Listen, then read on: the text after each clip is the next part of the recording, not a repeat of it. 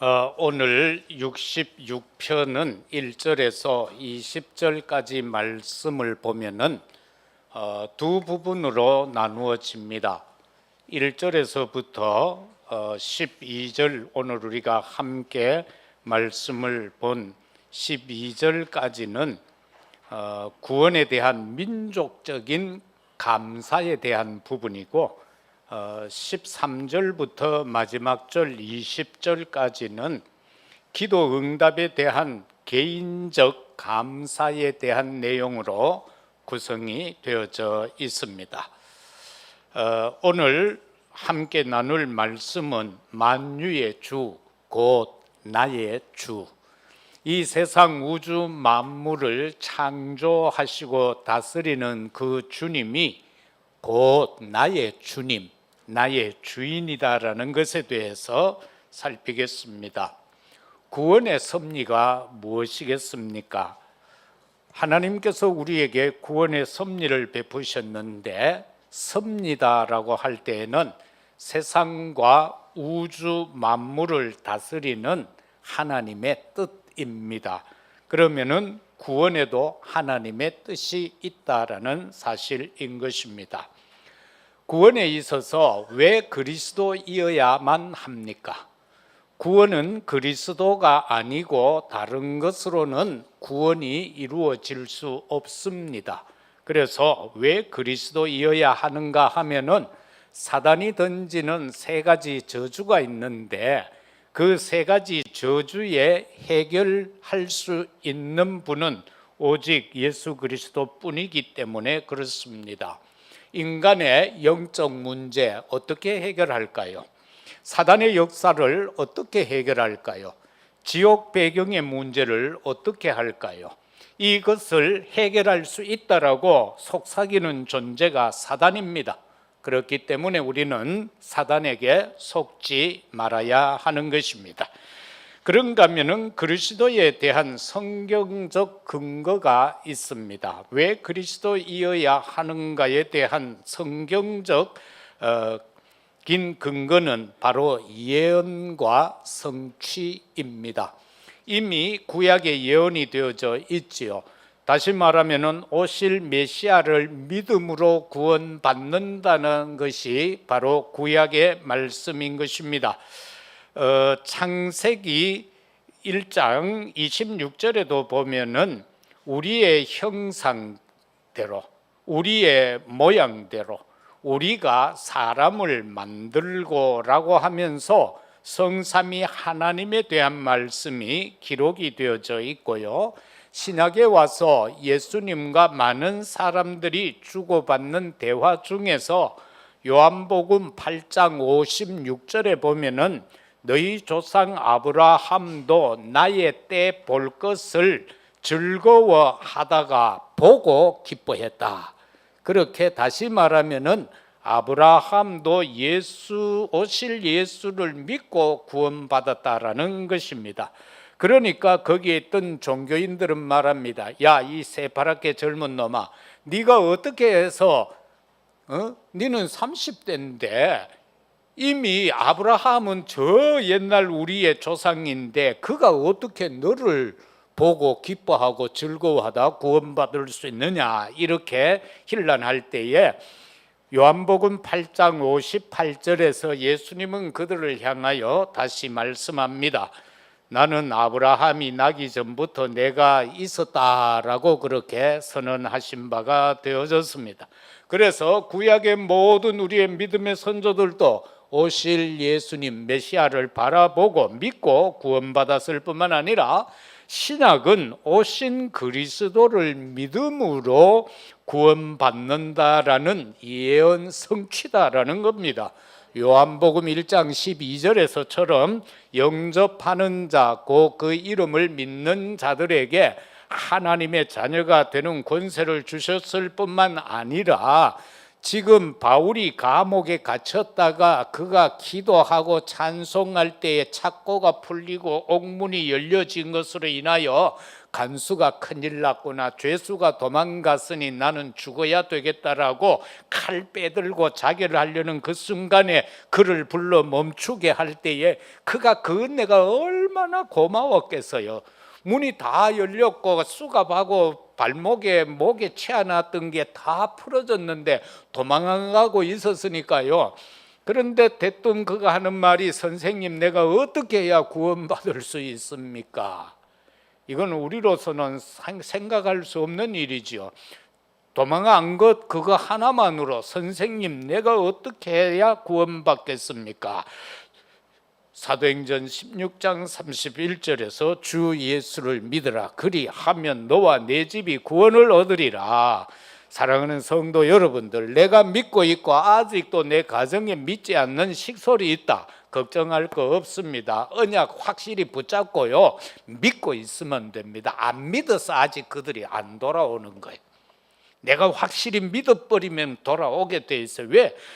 예수님이 약속했잖아요. 주 예수를 믿어라, 그리하면 너와 내 집이 구원을 얻는다는 것 아닙니까? 한 사람 기생 라합이 믿음으로 말미암아 여리고 성이 점령당할 때 그 온 가족이 다 구원받았어요. 다 구원받았단 말입니다. 그래서 우리는 믿어야 되는 거예요. 그래서 울어도 안 되고 눈물 흘려도 안 되고 애통해도 안 되고 뭐 힘써도 안 되고 애써도 안 된다고 했잖아요. 믿으면 되겠네. 그죠? 믿으면 되겠네. 아무리 강철 같은 심장을 가졌다 할지라도 내가 확실히 믿고 하나님 앞에 기도하고 있으면 하나님의 성령의 불은 그 강철을 녹아버린단 말입니다. 그래서 우리가 믿으면 된다라는 겁니다. 그러면은 왜 그리스도이어야 하는가? 과학적 근거입니다. 인생은 태어나면 누구나가 다 죽습니다. 그런데 예수님은 십자가에서 죽으시면서 다 이루었다 하시고 장사 지낸 바가 되어졌는데, 고린도서에 의하여 15장에 들어가서 보면은 그는 말씀대로 죽고 말씀대로 사흘 만에 부활했다라고 분명히 성경은 기록하고 있지 않습니까? 예수님만 부활하셨습니다. 그리스도만 부활하셨습니다. 그것이 바로 우리를 구원하실 바로 메시아 예수 그리스도라는 과학적 근거인 것입니다. 역사적 근거는 뭡니까? 우리가 사도신경에서만 보더라도 고백되고 있는 것이 있죠. 예수님을 향하여 빌라도의 고난을 당하여 그렇게 말씀하고 있습니다. 빌라도, 그가 총독의 고난을 받았다라는 바로 역사적 근거가 존재하고 있다라는 사실인 것입니다. 그리고 성경 전체의 흐름은 언약 속에 증거가 있는 것입니다. 그렇기 때문에 우리는요, 지상에서 최고 사랑해야 될 대상이 뭔지 압니까? 이 지상에서 우리가 최고로 사랑해야 될 건 교회를 사랑해야 돼요. 바로 주의 몸된 교회, 성전의 머리가 된 교회이기 때문에 우리는 교회를 사랑해야 돼요. 그리고 예배 실패하면 안 돼요. 정말 우리는 예배 성공해야 합니다. 그러나 사단은요, 자꾸 우리를 속이지요. 그 속임의 소리에 넘어가면 안 돼요. 네가 이 세상의 주인이 되라. 얼마나 좋은 말입니까? 예수님을 마태복음 4장에서 예수님을 3번 시험했던 그 사단은요, 아직도 이 시대에도 우리에게 다가와서 속삭입니다. 네가 주인이 되라. 그리고 네 생각대로 살아라. 그리고 네만 성공하면 될 것 아니냐. 이렇게 계속해서 속이고 있습니다. 다시 말하면 창세기 3장의 사건과 창세기 6장의 네피림의 사건, 창세기 11장의 바벨탑의 사건은 아직도 지속되고 있다라는 사실, 이거 놓치면 안 됩니다. 그러면은 만유의 주 곧 나의 주라는 말씀에 이제 본론으로 들어가서, 그러면은 나의 주인은 누군가라는 겁니다. 나의 주인은 누구인가? 옛날에는 보면은 이 남편을 주로 섬겼죠. 그죠? 주인이단 말입니다. 그 집의 주인. 그런데 내 인생의 주인은 누군가?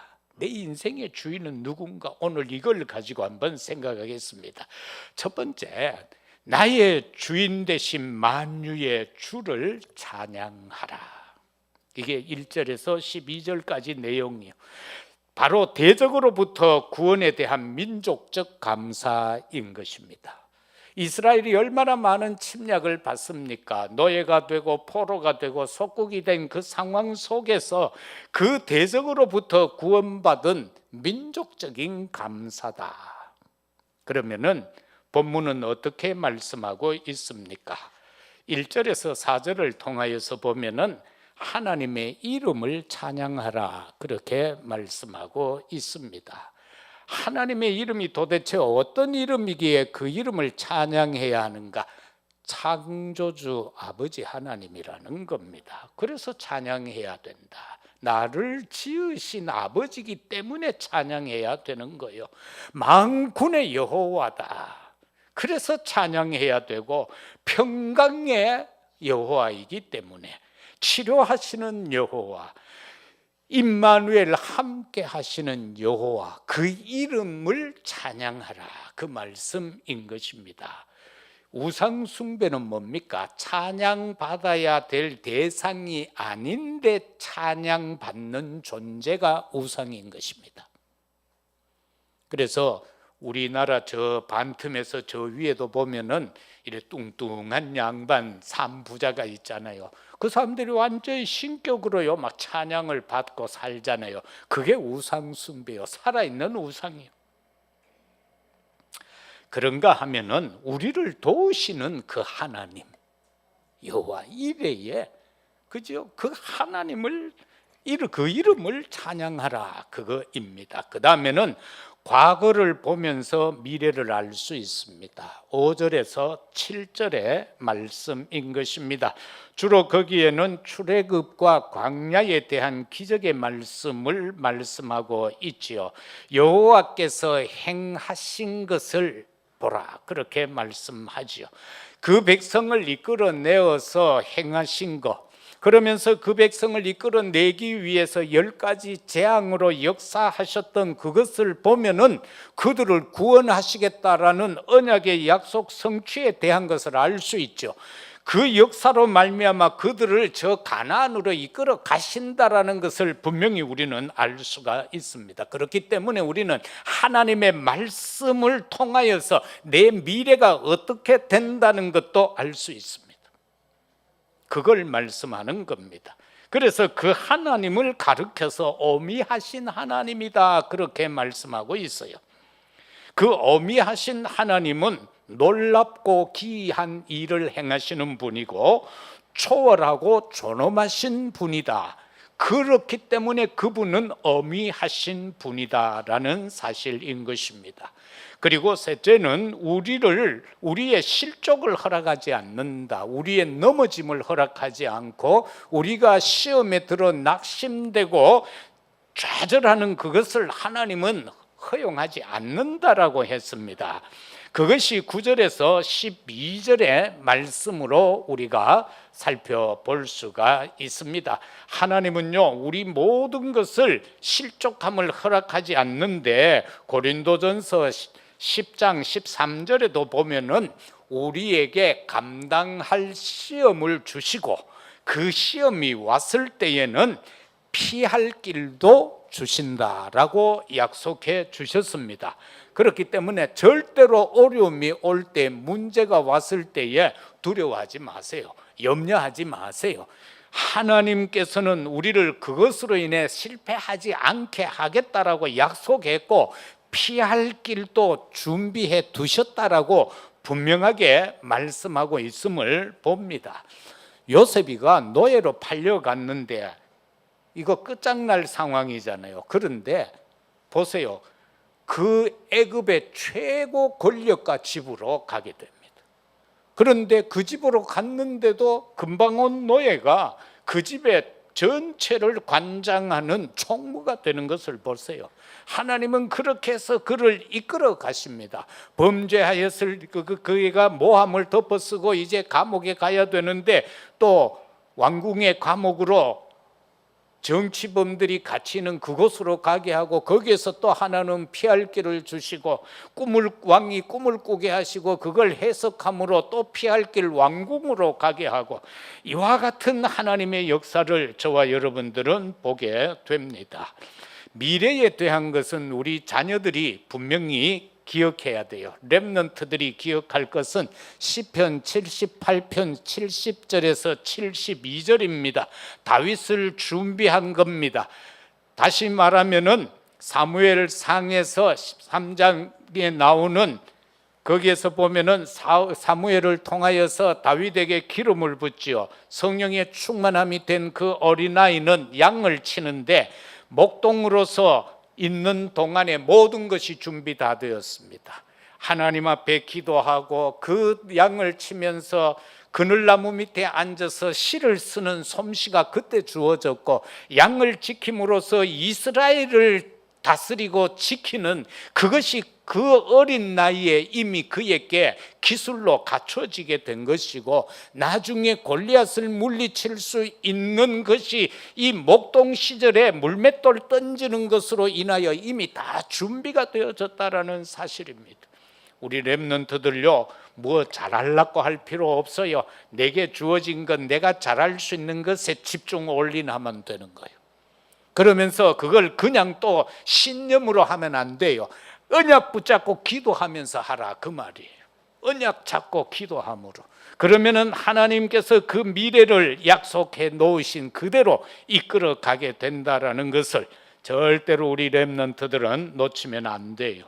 그래서 그는 왕이 되지요. 언약에 대한 비밀을 알고 그는 성전 건축이라는 절대 주권적 그 언약 믿음을 갖게 되는 것을 보게 됩니다. 두 번째는 왜 만유의 주 곧 나의 주인가? 나를 구원하신 주님께 감사하라.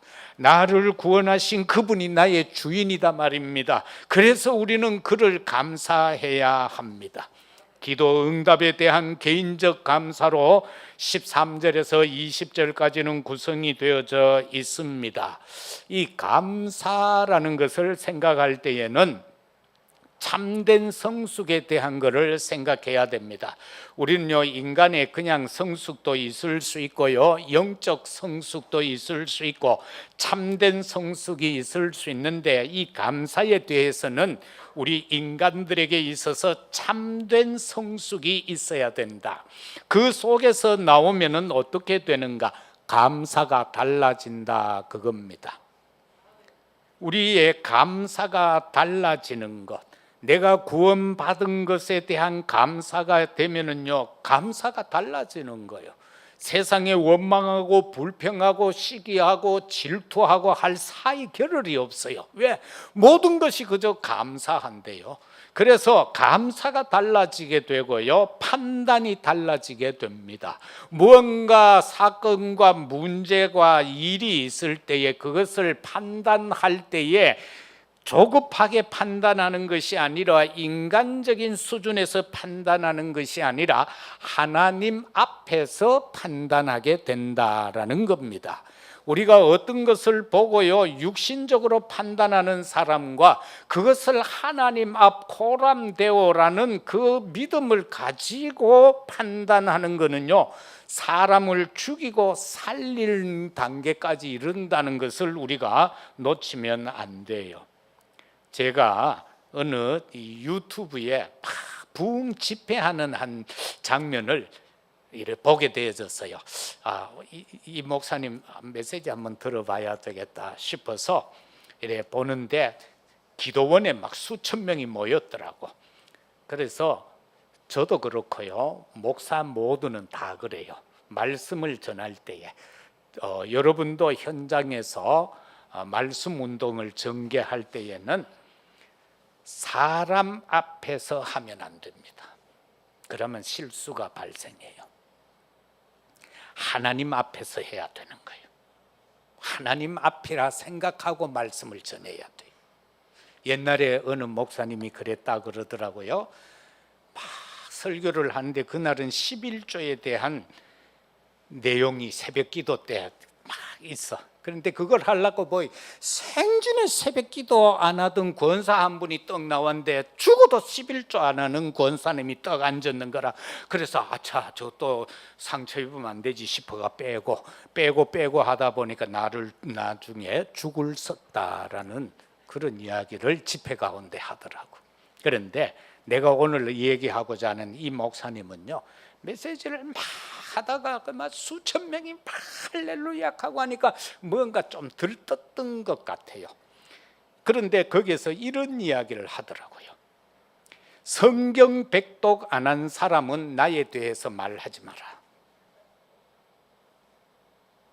그래서 나는 말 안 하기로 했어요, 그분에 대해서. 그런데 해야 돼요.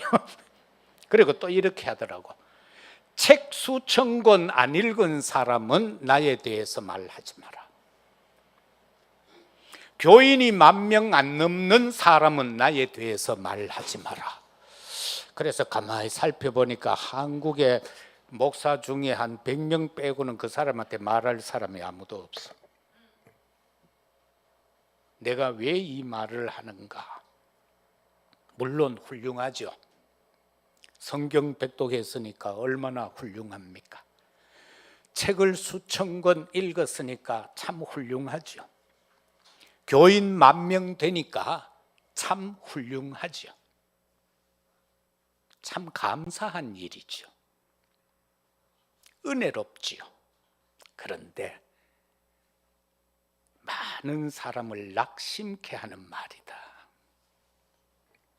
교만한 말이다.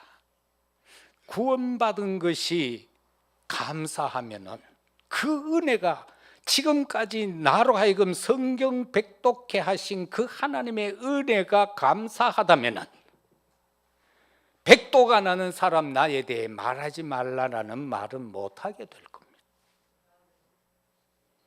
그죠?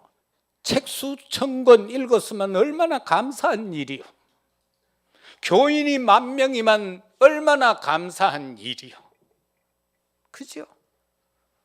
우리는 꿈을 몇 번 꿔야 될 일인데 10,000명이면 얼마나 감사한 일이요. 그런데 그것을 하나님 앞에서 한 말이 아닌 것 같아요. 그 수천 명의 사람들이 할렐루야 하고 환호하는 거기에 넘어간 것 같아요. 그래서 정말 우리는 말을 할 때 하나님 앞에서 해야 된다. 빌립보 3장 8절에서 바울은 내 그 앞부분에 보면 내 자랑할 거 무지무지 많다. 나는 어렵다. 나는 죄가 없다. 내만큼 한 사람이 있나? 그렇게 자랑하며 살아왔던 사람 아닙니까? 그래서 다메섹 도상에 가다가 주님을 만날 때에도 어떻게 해요? 다메섹에 지금 예수 믿는 사람들을 잡아서 옥에 가둘라고 가던 사람 아닙니까? 율법 충만한 사람이었죠. 그랬던 그가 뭐라고 말합니까? 예수님을 만나고 나서 나의 모든 것, 가진 것, 아는 것, 이거 예수님 만나고 보니까 배설물이더라. 성경 백독한 거 배설물입니다. 수천 권 읽은 거 배설물입니다. 교인 10,000명 배설물입니다. 그렇다고 우리 그 지열에 5곳씩 속닥속닥 있는 거 이게 은혜냐? 은혜일 수도 있죠. 다 배설물입니다. 그 영광 가운데 있던 최당대의 그 시대의 최고의 왕이었던 솔로몬 마지막 인생 정리할 때 뭐라고 했어요? 헛되고 헛되고 헛되다. 모든 것이 헛되다. 내가 성전 지은 것도 헛되다라고 했어요. 그게 우리의 어떻게 보면은 본연의 중심이 되어야 할 내용인 것입니다. 그리고 우리는요, 진짜 성숙된 감사라면은, 신앙인이라면은 하나님의 영광을 위해서만 해야 됩니다. 내가 행동하는 것, 내가 삶을 사는 것, 내가 지금 수고하는 게 이게 하나님께 영광이 되는가 아닌가를 말입니다. 그래서 첫째는 하나님이 주신 은혜입니다. 13절에서 15절은 그렇게 말합니다. 우리가 은혜 받은 자는요 여호와를 앙망하게 됩니다. 이사야 40장의 28절 이하에서부터 보면은 그렇게 말씀이 나오죠. 여호와를 앙망하는 자는 31절에 보면은 새 힘을 얻고 독수리가 날개치며 올라감 같고, 그렇게 기록을 하고 있습니다. 뛰어가도 곤비치 아니하고 걸어가도 피곤하지 않는다. 그죠? 곤비하지 않는다. 그런데 그 앞부분에 보면은 이 여호와가 어떤 여호와인가? 영원하신 하나님이고 창조주이시고, 그는요 피곤하지 않고 그는 곤비하지 아니하신 분이기 때문에 우리로 하여금 곤비치 않게 하실 수가 있고, 우리로 하여금 피곤치 않게 하실 수가 있는 겁니다. 다시 말하면은 우리에게 적용을 한다면은 내게 있는 것을 줄 수 있는 겁니다. 우리가 복음 전할 때에도 내가 누린 은혜를 전할 수 있는 것이지 만들어서 남의 것을 가지고는 할 수 없는 것이다라는 것입니다. 그래서 베드로도 그 성전 미문에 앉아있던 나면서부터 안진뱅이 된 자에게 말할 때에 사도행전 3장 6절에서 네가 내게 원하는 은과 금은 내한테 없지만은 나는 내게 있는 것으로 너에게 준다. 베드로에게 있는 게 뭐입니까? 나사렛 예수 그리스도. 저와 여러분도 이 땅에 나가면은 우리에게 쳐다보면서 바라는 것들이 많은 사람들이 있을 겁니다. 그러나 우리는 그들에게 뭘 줘야 하는가? 내게 있는 내가 깨달은 바로 나사렛 예수 그리스도, 그 이름을 전해 주어야 될 줄로 믿습니다. 우리 자녀들 살리는 게 돈입니까? 아닙니다. 우리 자녀를 살릴 수 있는 게 멋진 집 주는 겁니까? 아닙니다. 그 자녀에게 예수 그리스도를 주어야 되는 것입니다. 그것만 심어버리면 그 자녀는 홀로 삽니다. 승리할 수 있습니다. 하나님이 주신 은혜가 뭡니까? 예배 아닙니까? 요한복음 4장 24절. 하나님은 영이시니 예배하는 자가 영과 진리로 예배할지니라. 그런가 하면 구원에 대한 간증 16절에서 17절에 나오는 말씀인데, 구원에 대한 최고의 간증은 뭐냐? 하나님의 말씀입니다. 하나님의 입에서 나오는 말씀이 어떻게 성취되어졌느냐는 그 말씀입니다. 딴 거 가지고 말하면 안 됩니다. 야, 내 예수 믿었더니만 이런 질병이 있었는데 막 낫았다. 야, 내 예수님 믿었더니만 로또 당첨돼가 100억 벌었다. 이런 수준이 아니다라는 겁니다. 이런 수준이 아니라는 겁니다. 진짜 간증은 뭐냐? 하나님의 말씀이 내게 이렇게 임했는데 그 말씀이 내가 살아가는 동안에 이렇게 성취되어졌다라는 겁니다. 그죠? 하나님의 말씀 성취로 인하여 저와 여러분은 오늘 이 자리에 있는 거예요. 딴 것 때문에 여기 있는 거 아니에요. 말씀 성취 때문에 여기 있는 겁니다.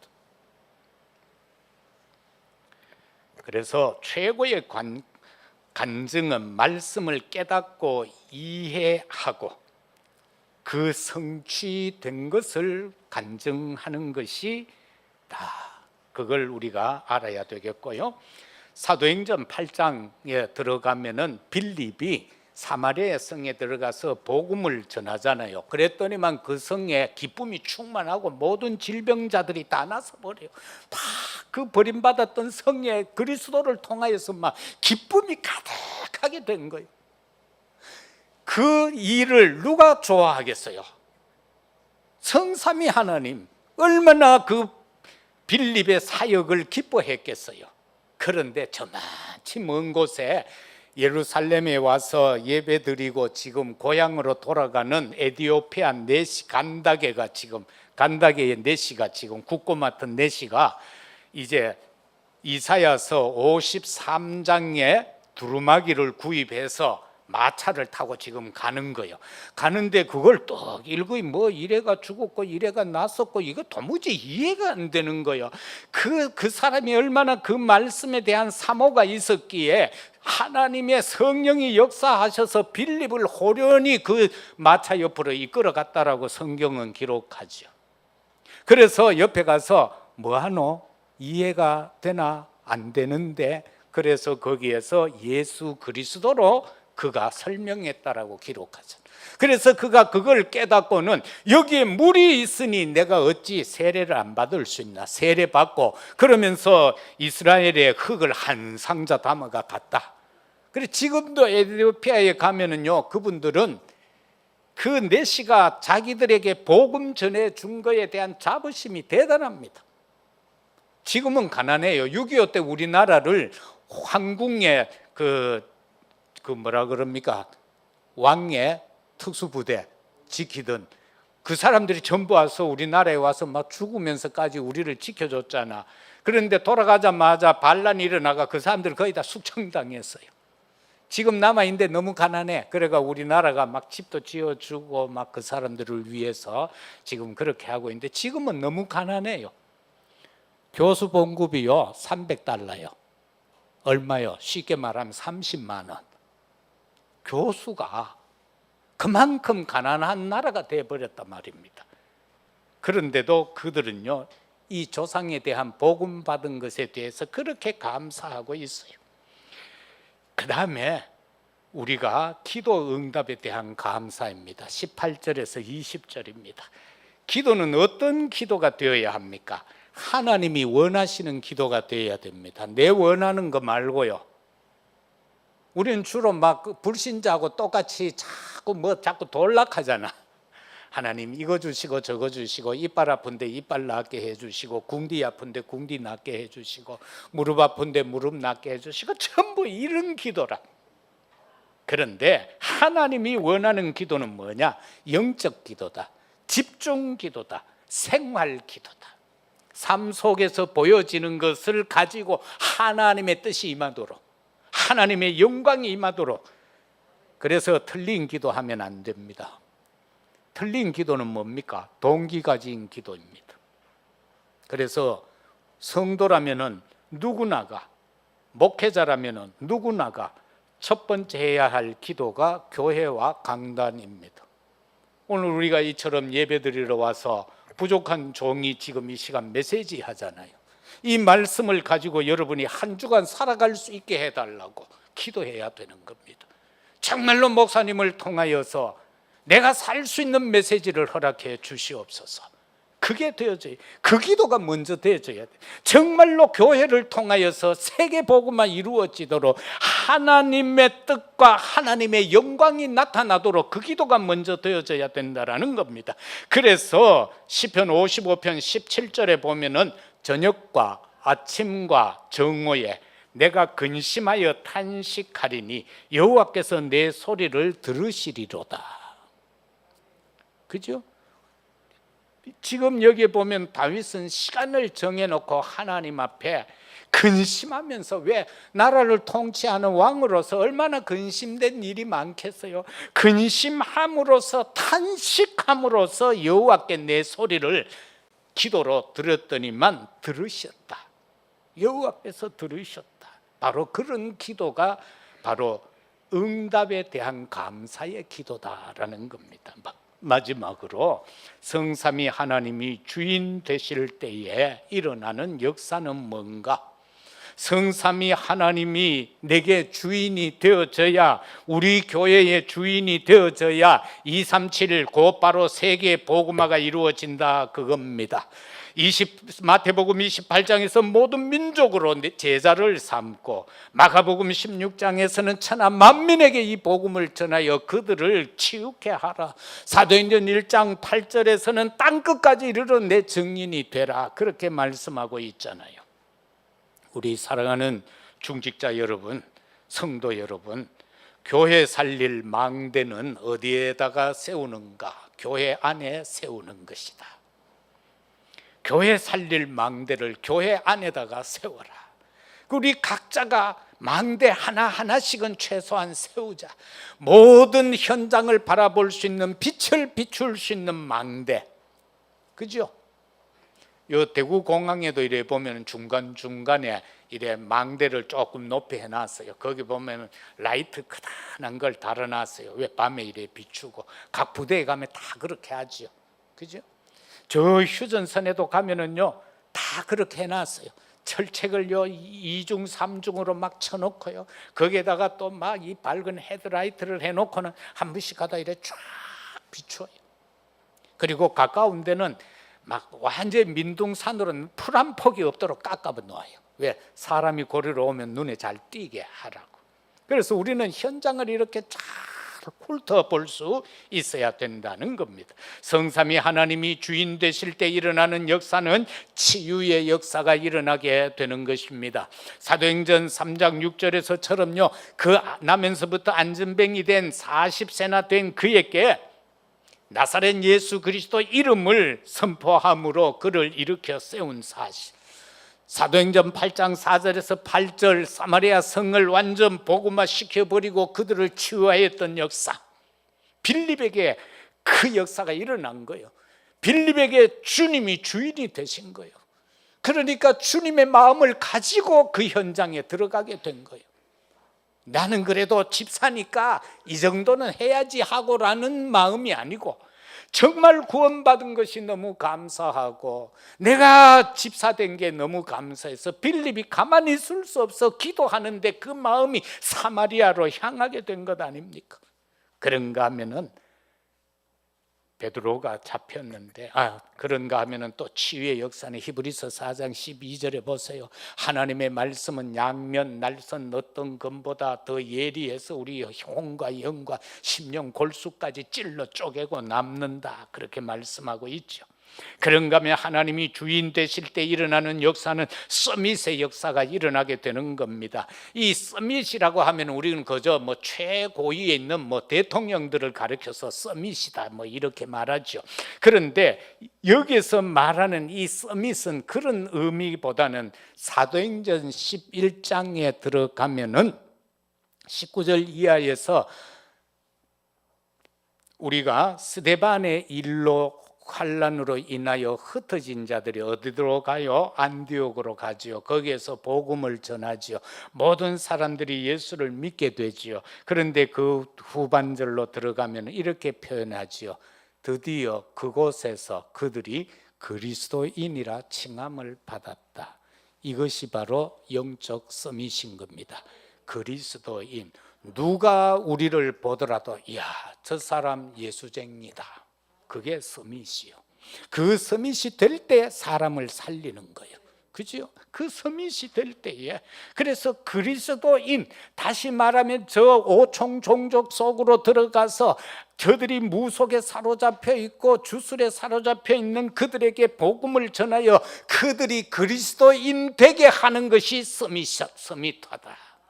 내 주변에 하나님을 모르고요 교만하여서 막 하나님을 대적하며 살아가는 사람들 얼마나 많습니까? 내 하나님을 대적한다 말 안 하는데 그 삶 자체가 하나님을 대적하는 불신자들 얼마나 많습니까?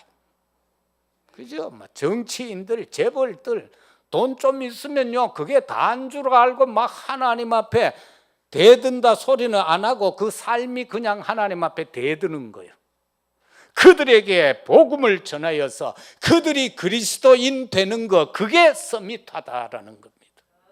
그렇죠? 그래서 우리 자녀들을 영적 서밋 되게 하는 건 딴 거 아니요, 복음으로 그리스도로 무장시키는 것, 그게 내 후대들이 영적 서밋이 되는 것이다라는 것입니다. 그렇게 될 때에 하나님이 주시는 영적인 힘과 지혜 가진 자가 되는 것입니다.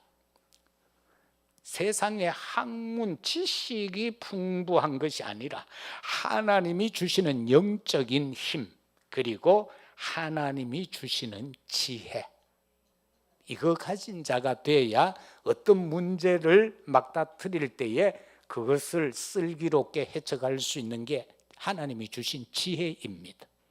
그리고 영적으로 싸워 이길 수 있는, 사단과 싸워 우리의 현장에 있는 모든 문화와 싸워 이길 수 있는 것은 바로 영적인 힘인 것입니다.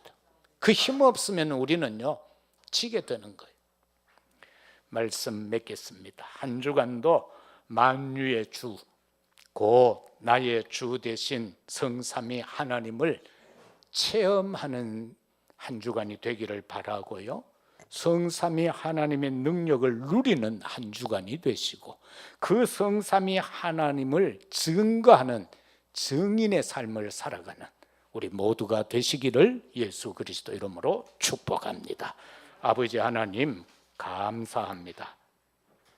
우주 만물을 창조하시고 섭리하시는 그 하나님이 바로 우리의 주이십니다. 곧 나의 주인이십니다. 이것만큼은 놓치지 않고 살아가게 하시고 우리 후대들에게 성삼위 하나님이 주인이라는 믿음을 심게 하옵소서. 이 한 주간도 만유의 주 곧 나의 주를 체험하게 하시고 누리게 하시고 증거하는 증인 되게 하옵소서. 예수 그리스도 이름으로 기도드리옵나이다. 아멘.